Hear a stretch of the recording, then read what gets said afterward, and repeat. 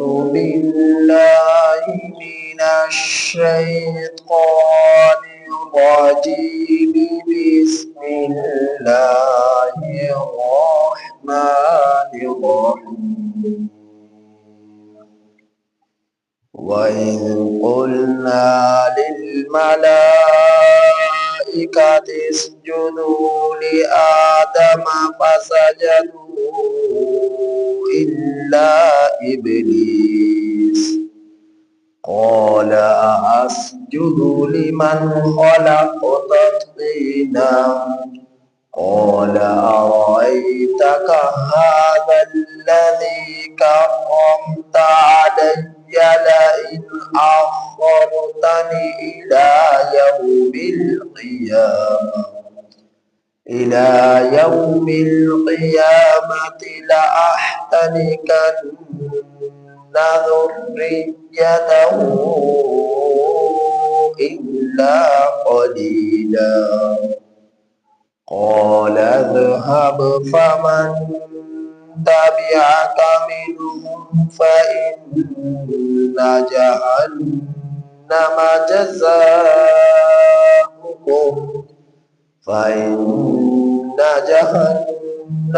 جزاؤكم جزاء موفورا.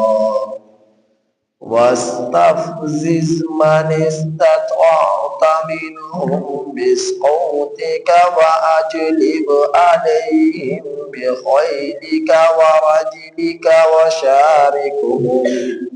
وشاركهم في الأموال والأولاد وعدهم وما يعدهم الشيطان إلا غرورا.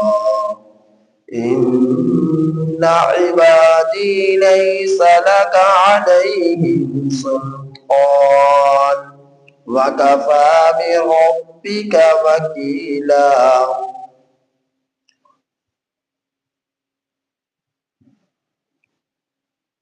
سورہ بنی اسرائیل کی آیت نمبر 61 تا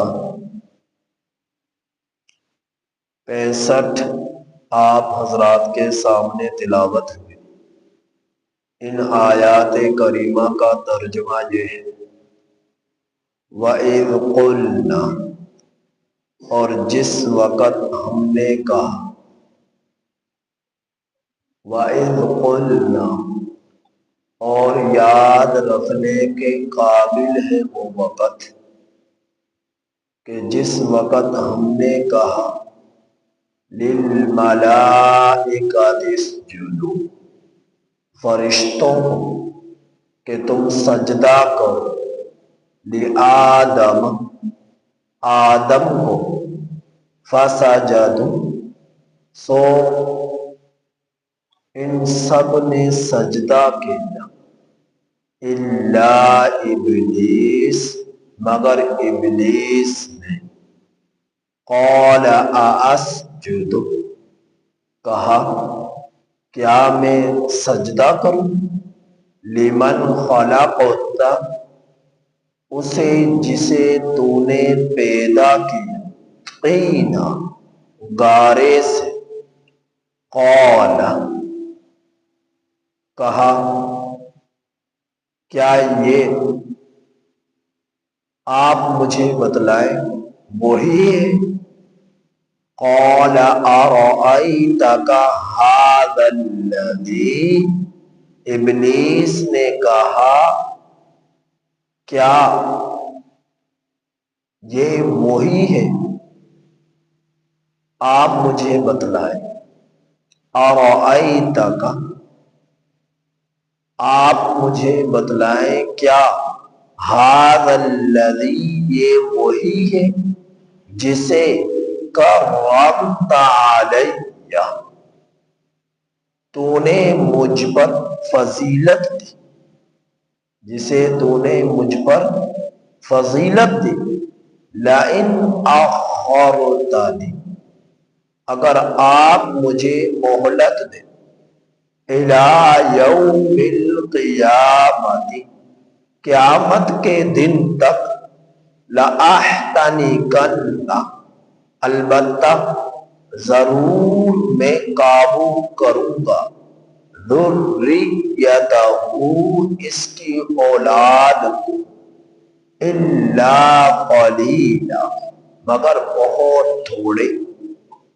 قَالَ اذْهَبْ، اللہ تعالی نے فرمایا جا تو، فَمَن تَبِعَكَ مِنْهُمْ، پس وہ کہ جو تیری پیروی کرے گا ان لوگوں میں سے، فَإِنَّ جَهَنَّمَ، سو بے شک جہنم، جزاؤکم،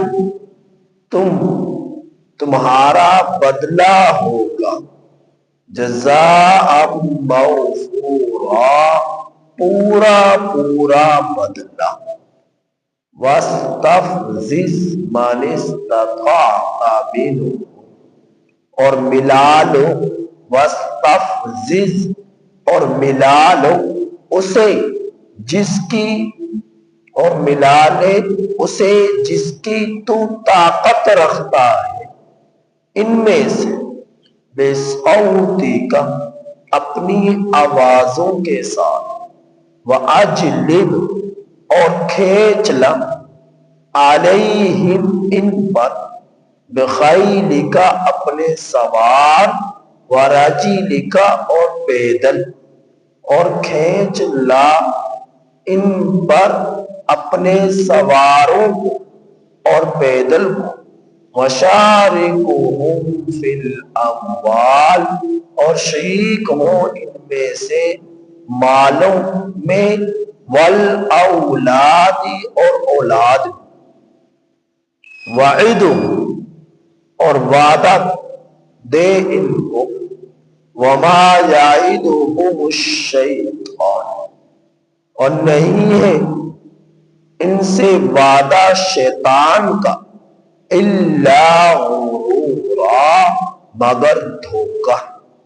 إِنَّ عِبَادِي، بے شک میرے بندے، لَيْسَ لَكَ، نہیں ہوگا تیرے لیے، عَلَيْهِمْ، ان پر، سلطان، غلبہ، وَكَفَى بِرَبِّكَ، اور کافی ہے تیرا رب، وکیلا، کارساز، وکیل۔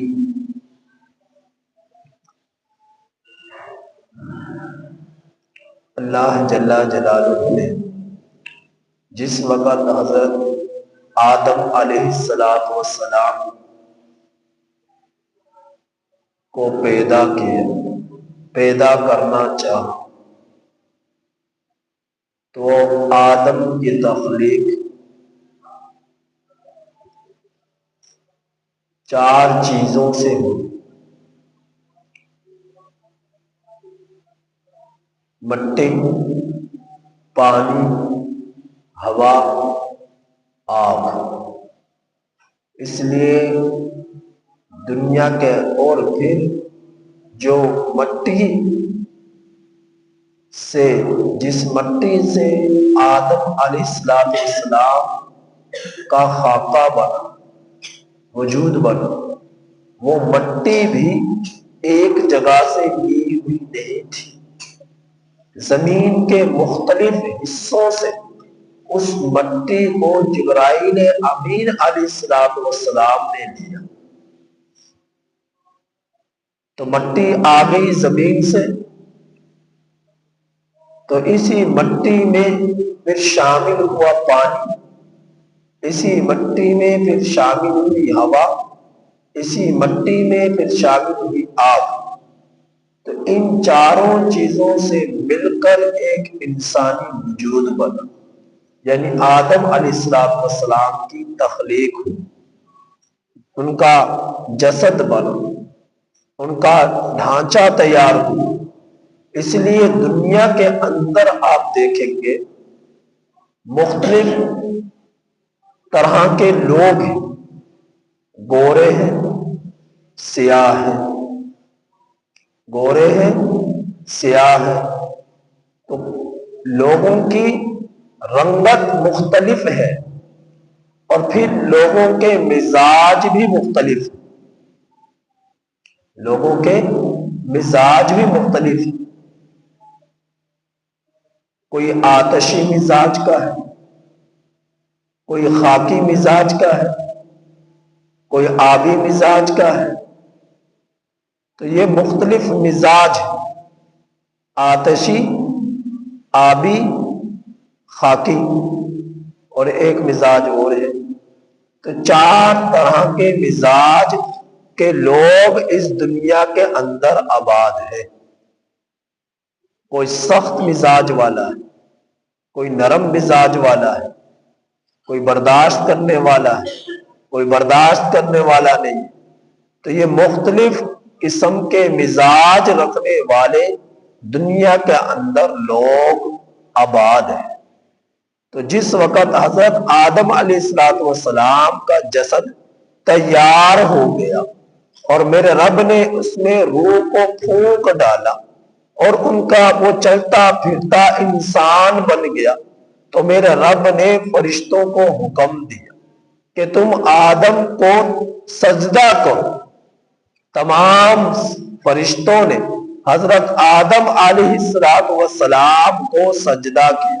دوسرے مقام پر اس کا ذکر ہے فَسَجَدَ الْمَلَائِكَةُ كُلُّهُمْ أَجْمَعُونَ، کہ تمام فرشتوں نے حضرت آدم علیہ السلام کو سجدہ کیا۔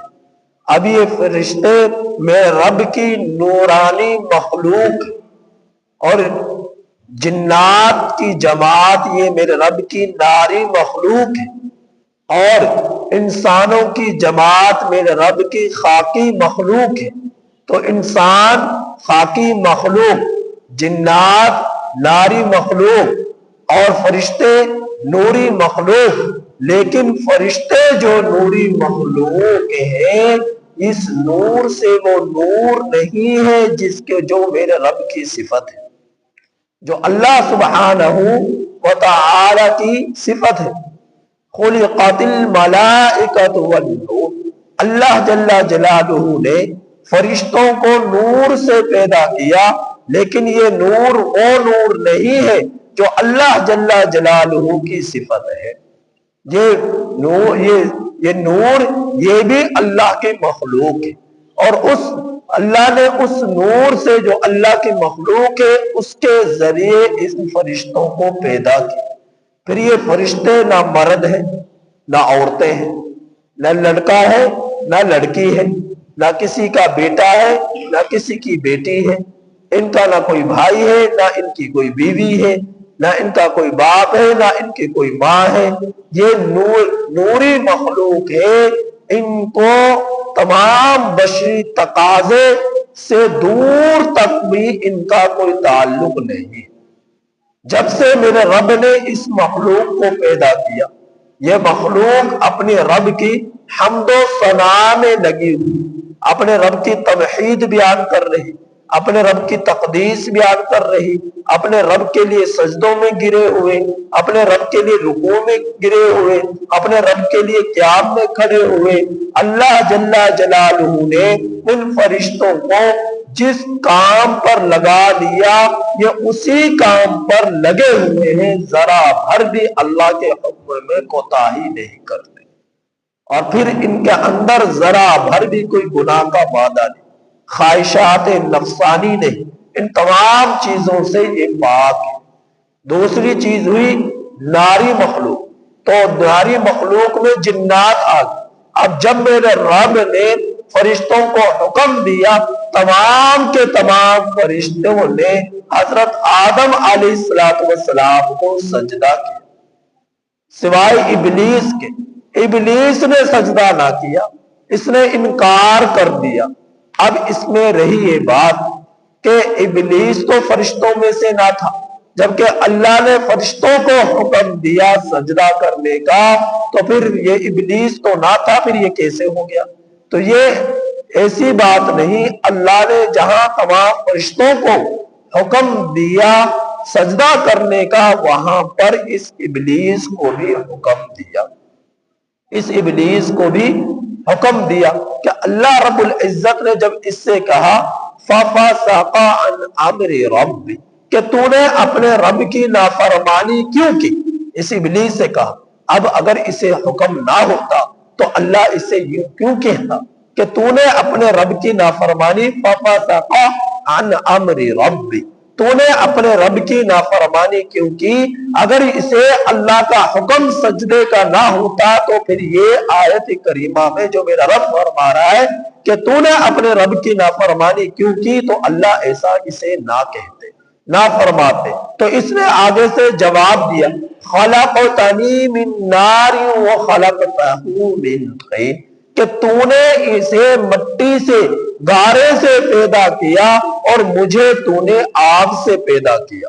اب یہ منطقی جواب اس ابلیس نے دیا کہ آگ جو ہے یہ بلند ہوتی ہے، اس کا مقام مٹی سے اس کی فضیلت زیادہ ہے، تو میں ایسی چیز کو جو مجھ سے ادنا ہے میں اسے سجدہ کیوں کروں؟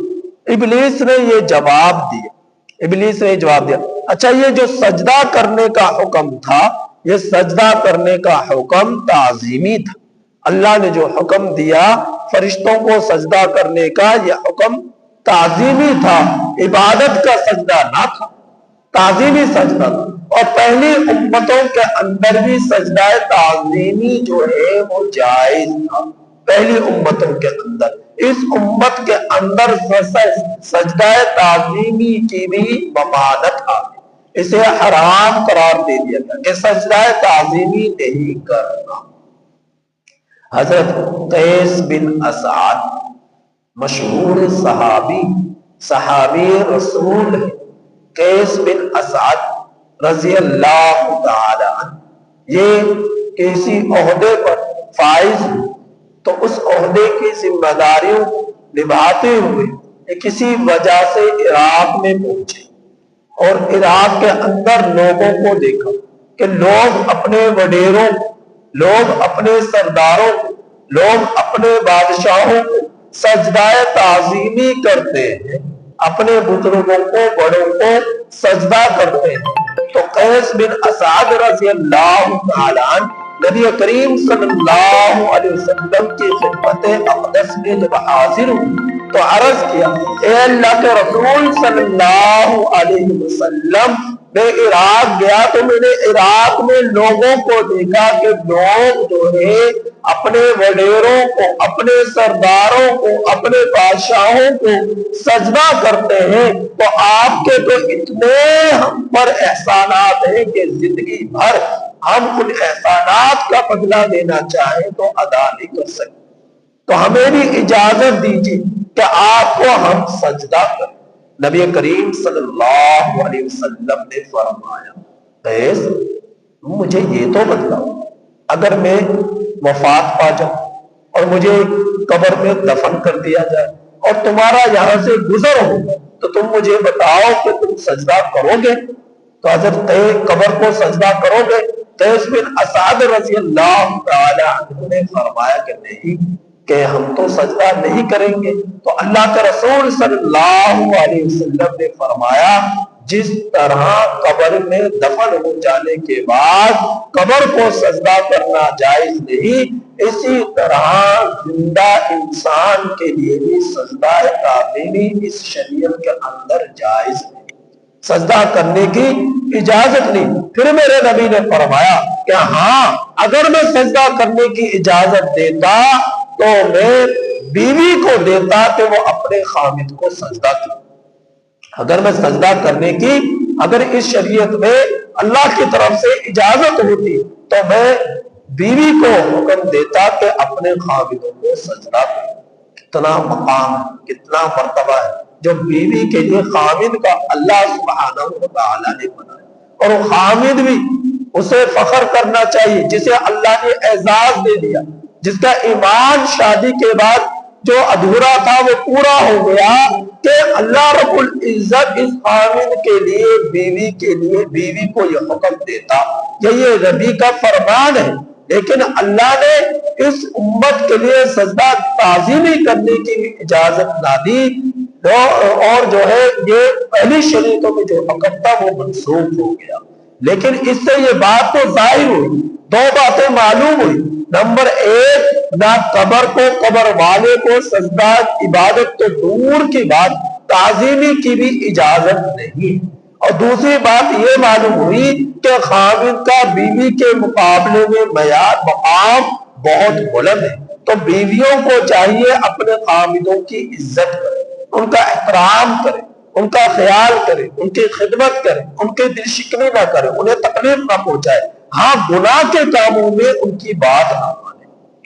اللہ کا جہاں پر حکم آ جائے تو اللہ کے احکامات کے خلاف ورزی کرنے میں خاوندوں کی بات نہ مانے. اور خاوند چونکہ جس طرح بیویاں مخلوق اللہ کی، خاوند بھی مخلوق اللہ کی، تو میرے نبی نے فرمایا لا طاعۃ لمخلوق فی معصیۃ الخالق، خالق کی نافرمانی میں مخلوق کی اطاعت نہیں ہے.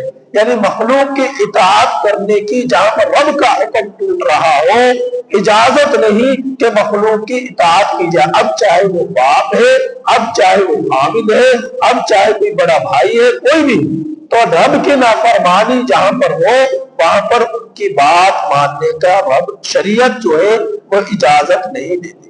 بہرحال اس ابلیس نے سجدہ کرنے سے انکار کر دیا تو اللہ جل جلالہ نے اس کا تذکرہ فرمایا. وَإِذْ قُلْنَا، اور جس وقت ہم نے کہا، لِلْمَلَائِكَةِ، فرشتوں کو، اسجدو، کہ تم سجدہ، اسجدو، کہ تم سجدہ کرو، لِآدَمَ، آدم کو، فَسَجَدُوا، سو ان سب نے سجدہ کیا، إِلَّا إِبْلِيسَ، مگر ابلیس نے، یعنی ابلیس نے انکار کیا. قَالَ أَأَسْجُدُ، اور آگے سے رب سے مکالمہ کیا، اللہ تعالی سے جو ہے جھگڑا کیا، مکالمہ کیا. کیا کہتا ہے کہ کیا میں سجدہ کروں؟ لمن خلقت طینا، اسے جسے تو نے پیدا کیا گارے سے، میرے رب. اور پھر آگے سے کہا قال ارأیت، مجھے آپ بتلائیے کیا یہ وہی ہے، ھذا الذی کرمت علی، جسے تو نے مجھ پر فضیلت دی. اللہ تعالیٰ سے آگے سے اکڑ کر بولا کہ کیا یہ آدم، یہ مخلوق وہی ہے کہ جسے تو نے مجھ پر فضیلت دی. لئن اخرتنی، پھر آگے سے کہنے لگا کہ اگر تو مجھے مہلت دے، الی یوم القیامہ، قیامت کے دن تک، لأحتنکن، تو میں البتہ ضرور قابو کروں گا، ذریتہ، اس کی اولاد کو. یہ اللہ تعالیٰ سے اس نے کہا کہ اگر آپ مجھے مہلت دے دیں. کیا مطلب؟ اب اسے چونکہ اللہ نے اسی وقت جو ہے اسے ذلیل کر کے اپنے دربار سے نکال دیا اور قیامت تک کے لیے اسے دھتکار دیا، تو اس وقت اس نے اللہ سے یہ کہا کہ اگر آپ مجھے مہلت دیں قیامت تک تو میں اس کی اولاد کو، یعنی جتنی اس کی اولاد ہوگی قیامت تک، اب ہم سب ساری دنیا کے انسان حضرت آدم علیہ السلام کی اولاد، چاہے وہ ہندو ہے، چاہے وہ مسلم ہے، چاہے وہ سکھ ہے، چاہے وہ کسی بھی مذہب سے تعلق رکھنے والے ہیں، سارے کے سارے انسان حضرت آدم علیہ السلام کی اولاد. اب جتنے لوگ ضدی کفر پر جمے ہوئے، شرک پر اڑے ہوئے، نفاق پر چل رہے، تو ایسے جتنے بھی انسانوں میں سے ضدی قسم کے انسان ہیں جو شریعت محمدیہ کو قبول کرنے کے لیے تیار نہیں، جو قرآن کو، حدیث کو، میرے نبی کی زندگی کو، میرے نبی کے فرمان کو، میرے رب کے فرمان کو قبول کرنے کے لیے تیار نہیں، وہ سب کے سب شیطان کے، ابلیس کے چیلے، اس کے چیلے ہیں اور اس کے دوست ہیں، اور رب کی ان پر پھٹکار ہے، رب کی ان پر پھٹکار ہے.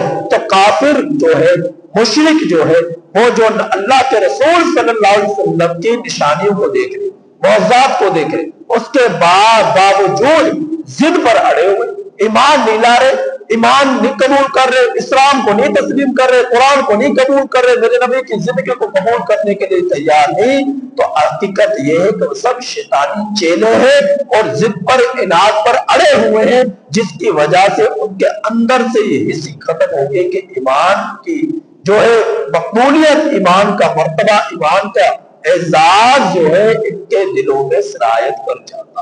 اور ایمان حقیقت میں کون سا ہے؟ وہ ایمان جو میرے اللہ نے بتلایا، وہ ایمان جو میرے نبی نے بتلایا، وہ ایمان جو میرے صحابہ نے بتلایا، وہ ایمان جو میرے جو ہے تابعین تبع تابعین بزرگان دین نے بتلایا، اس ایمان، وہ ایمان کی شرائط ان کے مطابق اگر کوئی شخص زندگی گزار رہا ہے، حقیقت میں وہ مومن ہے۔ اب کافر تو کافر ٹھہرے، سکھ تو سکھ ٹھہرے، یہودی تو یہودی ٹھہرے، نصرانی تو نصرانی ٹھہرے، ہندو تو ہندو ٹھہرے، لیکن ان سب کے یہ سب انسان تو جتنے بھی دنیا کے اندر ہے، ان کی آبادی تقریباً 6-7 ارب ہے۔ 6-7 ارب تمام دنیا کے انسانوں کی تعداد ہے۔ ان تمام 6-7 ارب انسانوں میں سے تقریباً 1 ارب انسان وہ ہیں جو مسلمان، 1 ارب انسان وہ ہے جو مسلمان ہے۔ پھر ان 1 ارب مسلمانوں میں بھی بہت سارے کئی فرقوں میں مبتلا، کوئی جو ہے رافضیت کا شکار ہو گیا، کوئی جو ہے زکری، یہ ایک فرقہ ہے، آبی ایک فرقہ ہے، اور جو ہے بابی ایک فرقہ ہے جو کہ اپنے آپ کو مسلمان ہی کہتے ہیں۔ لیکن آپ بہت سارے مسلمانوں میں فرقوں میں واقفیت رکھتے ہیں، آپ کو معلوم ہی نہیں کہ قادیانی یہ ایک فرقہ ہے، قادیانی ایک فرقہ ہے، رافضیت ایک فرقہ ہے، آبی ایک فرقہ ہے، بابی ایک فرقہ ہے، زکری ایک فرقہ ہے، یہ سب اپنے آپ کو مسلمان کہتے ہیں، جبکہ حقیقت میں ان کا ایمان وہ ایمان نہیں جو اللہ نے بتلایا، ان کا ایمان وہ ایمان نہیں جو نبی نے بتلایا، ان کا ایمان وہ ایمان نہیں جو صحابہ نے بتلایا، ان کا ایمان وہ ایمان نہیں جو تابعین نے بتلایا، ان کا ایمان وہ ایمان نہیں جو تبع تابعین نے بتلایا، بزرگان دین نے بتلایا۔ یہ اس ایمان سے بہت دور ہے، لیکن کہتے اپنے آپ کو مسلمان ہی ہیں، کہتے اپنے آپ کو مسلمان ہی ہیں، اور قیامت تک اللہ رب العزت ایسے لوگ جو ہے قیامت تک ایسے لوگ ہوں گے جو ان مختلف فرقوں کے شکار ہوں گے، یہاں تک کہ لوگ ایسے ہوں گے کہ جو دین سے، اسلام سے دور ہونے کی بنا پر وہ جو ہے اللہ ان کے چہروں کو، ان کے وجودوں کو مسخ کر دیں گے، ان کے وجودوں کو مسخ کر دیں گے۔ آگے آیت کریمہ میں آ رہا ہے کہ شیطان کی آوازیں، اللہ نے فرمایا بلا لے ان چیلوں میں سے پیدلوں کو، پیدل چل کر آئے، بلا لے اپنے چیلوں میں سے ان کو جو سواریوں پر سوار ہو کر آئے۔ اب پہلے زمانے کے اندر سفر جب ہوتا تھا یہ تو پیدل ہوتا تھا جب قرآن کا نزول ہو رہا تھا، یا پھر سواری جانوروں پر سوار ہو کر، گدھے پر، کچے پر، اونٹ پر، ان پر سوار ہو کر لوگ سفر کیا کرتے تھے۔ آپ کے آج کے زمانے کی طرح ہوائی جہاز نہ تھے اس زمانے کے اندر کہ اس کا تذکرہ ہوتا، تو اس زمانے کی نوعیت کے اعتبار سے میرے رب نے فرمایا اے ابلیس تو اپنے جو ہے چیلوں کو پیدل لے کر آ، لشکر کے لشکر آ جائے، اور تو اپنے چیلوں کو سوار کر کر لا کے لشکر کے لشکر آ جائے، تو یہ سب کے سب جو ہے میرے پیاروں کو، میرے ماننے والوں کو، میرے چاہنے والوں کو گمراہ کرنا چاہے، گمراہ نہیں۔ لیکن بہت سارے جو گمراہ ہوئے وہ یقیناً وہ رحمان اللہ رب العزت پر ایمان لانے والے نہیں، ماننے والے نہیں، وہ تو ابلیس کو ماننے والے، ابلیس کو ماننے والے۔ اب آوازوں سے بھی، صوتیکا کا جو ذکر ہوا، یہ آوازیں بھی جو آپ کی موسیقی کی آوازیں، گانوں کی آوازیں، گانوں کی آوازیں، تو یہ گانوں کی آوازیں یہ بسا اوقات انسان کو ایمان سے محروم کر دیتی ہے۔ حضرت مجدد الفسانی رحمت اللہ علیہ کی کتاب ہے مکتوبات کے نام سے 7 جلدوں میں، ان جلدوں میں ایک جلد کا اندر آپ نے یہ فتویٰ دیا ہوا۔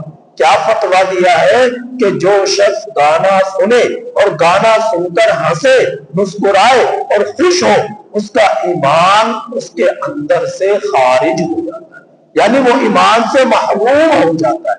اب اس کے اب بیوی سے نکاح ٹوٹ گیا, اب اس کا ایمان اسلام سے کوئی دور تک بھی تعلق نہیں. جو گانا سن کر سوئے, گانا سن کر ہنسے, گانا سن کر کہکا لگائے, خوش ہو گانے سن کر, تو ایسا شخص ایمان سے محروم ہو جائے گا.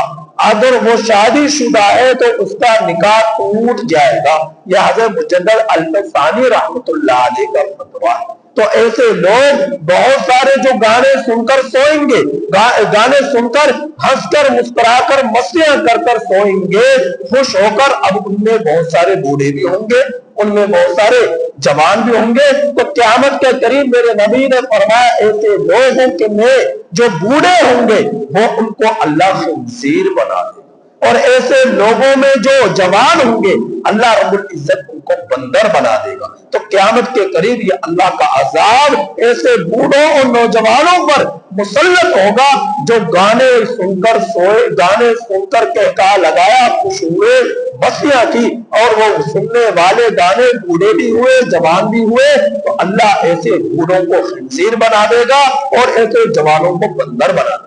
تو اس لیے میرے واجب احترام عزیز دوستو, اس طرح کی خرافات سے بچنے کی ضرورت ہے. اس طرح کے خرافات سے بچنے کی ضرورت ہے. کہیں ایسا نہ ہو کہ ہمارے اندر سے ایمان ہی خارج ہو جائے اور ہم ایمان سے محروم ہو جائے اور ہمیں معلوم ہی نہ ہو اور ہم اپنے آپ کو مسلمان سمجھ رہے ہیں, ہم اپنے آپ کو مسلمان سمجھ رہے ہیں. تو اس لیے اس طرح بیہودہ قسم کے آلات سے, بیہودہ قسم کی خرافات سے اپنے آپ کو بچانے کی کوشش کریں, دور رکھنے کی کوشش کریں. بہرحال اس ابلیس نے یہ کہا کہ میں قابو کروں گا آدم کی اولاد کو, بہت تھوڑے ہوں گے جو جو ابلیس کی بات نہ ماننے والے, ایسے بہت تھوڑے ہوں گے. پھر میرے رب نے فرمایا اچھا, قال اذهب, جا, پھر دھتکار نکال دیا, ذلیل کر دیا اپنی مجلس سے, اپنے دربار سے میرے رب نے, اور فرمایا فمن تبعک منهم, جو بھی تیری پیروی کرے گا ان انسانوں میں سے, تو پھر یاد رکھ فإن جہنم, بے شک جہنم کو, جزاؤکم, تم سب سے, تم ابلیسوں سے, شیاطین کے چیلوں سے, تم سب سے میں بھر دوں گا, بدلہ دوں گا, جزاء موفورا, پورا پورا بدلہ. جو کون فرما رہے؟ اللہ فرما رہے. جو شیطان کی, ابلیس کی مانے گا, ابلیس کے چیلا بنے گا, ابلیس کی راہ اختیار کرے گا, اللہ جل جلالہ ایسے لوگوں کو جہنم میں داخل کرے گا, جہنم میں داخل کر کے. پھر یہ ایک اور بات کر ڈالی, وہ بات یہ کر ڈالی کہ جہنم کے ذکر, جہنم میں تو آگ ہو, اور یہ ابلیس بھی آگ سے پیدا ہوا, جنات کی نسل سے ہے, جن سے ہے, تو جنات آگ سے میرے رب نے پیدا کیے, ناری مخلوق ہے, تو جہنم کے آگ ان کو کیسے جلائی, ان کو کیسے جلائی؟ میرے نبی نے کیا فرمایا, ذکر فرمایا کہ جہنم کا ایک حصہ دوسرے حصے کو کھائے جا رہا, ایک حصہ دوسرے حصے کو کھائے جا رہا. اب جہنم کا حصہ حصے کو ہی کھا رہا ہے نا, کوئی دوسری چیز کو تو نہیں کھا رہا. اللہ کے دربار میں درخواست, یا اللہ میرا ایک حصہ دوسرے حصے کو کھائے جا رہا ہے, تو اللہ رب العزت سے فرمائش کی کہ اس میں اس کا کوئی حل کیا جائے. تو اللہ تعالیٰ نے اجازت دی سانس لینے کی اجازت عطا فرمائی کہ 2 سانس لے.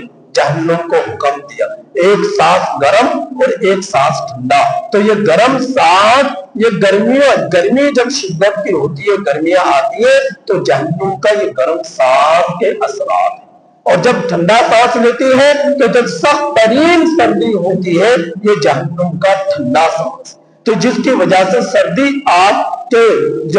کو آپ دیکھتے ہیں. تو اللہ رب العزت نے اس پر, جس سے یہ بات معلوم ہوئی کہ دیکھو جہنم کی آگ دنیا کی آگ سے میرے نبی نے بتلایا, فرمایا کہ 69 گنا زیادہ تیز ہے, سخت ہے. تو جہنم کی آگ دنیا کی آگ سے, تو 1% یہ دنیا کی آگ اور 69% جہنم کی آگ. تو جس کی شدت اور جس کی جلن, جس کی جو ہے جھلک اس قدر شدت کی ہے تو اس کے لیے یہ دنیا کی آگ کوئی معنی نہیں رکھتی، دنیا کی آگ کوئی معنی نہیں رکھتی۔ تو آگ کو آگ میں ڈال دیا جائے تو اس سے بھی تکلیف ہوگی، یہ بھی عذاب ہوگا، اور پھر جہنم میں جانے کے بعد کسی کو موت نہ آئے۔ یہ جہنمی لوگ حضرت جو ہے فرشتہ مالک جو جہنم کا دروگا ہے اس سے کہیں گے، کیا کہیں گے کہ اللہ رب العزت کے ہاں ہماری سفارش کر دے، یا تو ہمیں یا لیتہا کانت القاضیہ کہ ہمارے حق میں فیصلہ ہی کر دے، یا لیتہا کانت القاضیہ یا مالک یقضی علینا ربک کہ اللہ اپنے رب سے کہیے ہمارے بارے میں فیصلہ کر دے، اور یا مالک یا لیتہا کانت القاضیہ کاش کہ ہمارے بارے میں فیصلہ ہی ہو جائے، یعنی موت ہی آ جائے، موت آ جائے تو مسئلہ ہی ختم، موت آ جانے کے بعد پھر کوئی تکلیف نہیں، کوئی پریشانی نہیں، یعنی خاتمہ ہو گیا، ختم ہو گئے، جڑ سے ہی ختم ہو گئے، تو پھر عذاب کس کو ہوگا؟ عذاب تو نہیں ہوگا۔ تو اللہ تعالیٰ نے جہنمیوں کو جہنم میں عذاب دیں گے، اور یہ عذاب جب ہوگا تو عذاب کی تکلیف تو ہوگی، عذاب کی تکلیف تو ہوگی، درد تو ہوگا، لیکن اس درد سے اس تکلیف سے موت نہ آئے، موت نہ آئے گی، اور ہر آنے والے دن، ہر آنے والی گھڑی ان کی تکلیف میں اضافہ کرتا چلا جائے گا۔ تو اللہ تعالیٰ نے کیا فرمایا؟ وَاسْتَفْزِدْ، پھر اس ابلیس سے کہا ملا لے تو میرے سامنے چیلنج کرتا ہے تو ملا لے مَنِ اسْتَطَاعَ مِنْهُمْ انسانوں میں سے جتنوں پر تیرا زور چلتا، طاقت تو رکھتا ہے، اور بِصَوْتِ کا اپنی آوازوں کے ساتھ وَأَجْلِبْ عَلَيْهِمْ اور کھینچ لا ان کو سوار وَرَجِلِكَ پیدل وَشَارِكُمْ فِي الْأَمْوَالِ ساری دنیا کی دولتیں اموال جمع کر لے، اولادوں کو جمع کر لے، خوب ان کو وعدے دلا تو اور ان کو مجھ سے دور کر لے جتنے تو کر سکتا ہے، لیکن میرا یہ فیصلہ ہے تجھے بھی اور تیرے چیلوں کو بھی جو تیری ماننے والے تیری اتباع کرنے والے ہیں، ان سب کو میں جہنم میں داخل کروں گا۔ پھر میرے رب نے فرمایا وَمَا يَعِدُهُمُ الشَّيْطَانُ اے انسانوں یہ شیطان کا وعدہ محض دھوکے کے کچھ نہیں، یہ سبز باغ تمہیں دکھلاتا ہے، جہنم کے قریب کرتا ہے، جنت سے دور کرتا ہے۔ پھر فرمایا میرے رب نے اِنَّ عِبَادِي بے شک میرے بندے جو ہیں لَيْسَ لَكَ عَلَيْهِمْ جو میرے بندے ہوں گے ان پر تیرا زور سلطان نہیں چلے گا، غلبہ نہیں چلے گا، وہ میری مان کر چلیں گے، میرے نبیوں کی اتباع کریں گے، میری مجھ پر ایمان لائیں گے، وہ شرک نہیں کریں گے، کفر نہیں کریں گے، میرے نبیوں کے دین سے دور نہیں ہوں گے، تو ان پر تیرا زور نہیں چلے گا۔ پھر میرا رب نے فرمایا وَكَفَى بِرَبِّكَ وَكِيلًا اور کافی ہے تیرا رب وکیل، وکالت کے اعتبار سے کارساز ہے تیرا رب۔ تو اللہ رب العزت نے ابلیس کو ہم سب انسانوں کا دشمن بتلایا ہے، ان الشیطان لکم عدو مبین، لہذا اسے اپنا حقیقی دشمن سمجھو اور اس کے مکر اور جال میں پھنسنے سے اپنے آپ کو بچاؤ۔ اگر تم اس میں کامیاب ہوگے تو اللہ رب العزت ہمیشہ کی کامیابی کے فیصلے تمہارے حق میں فرما دیں گے، اور اگر ناکام ہوگے تو بربادی ہمارا مقدر بنے گی، دنیا میں بھی اور آخرت میں بھی۔ اللہ عمل کی توفیق نصیب فرمائے۔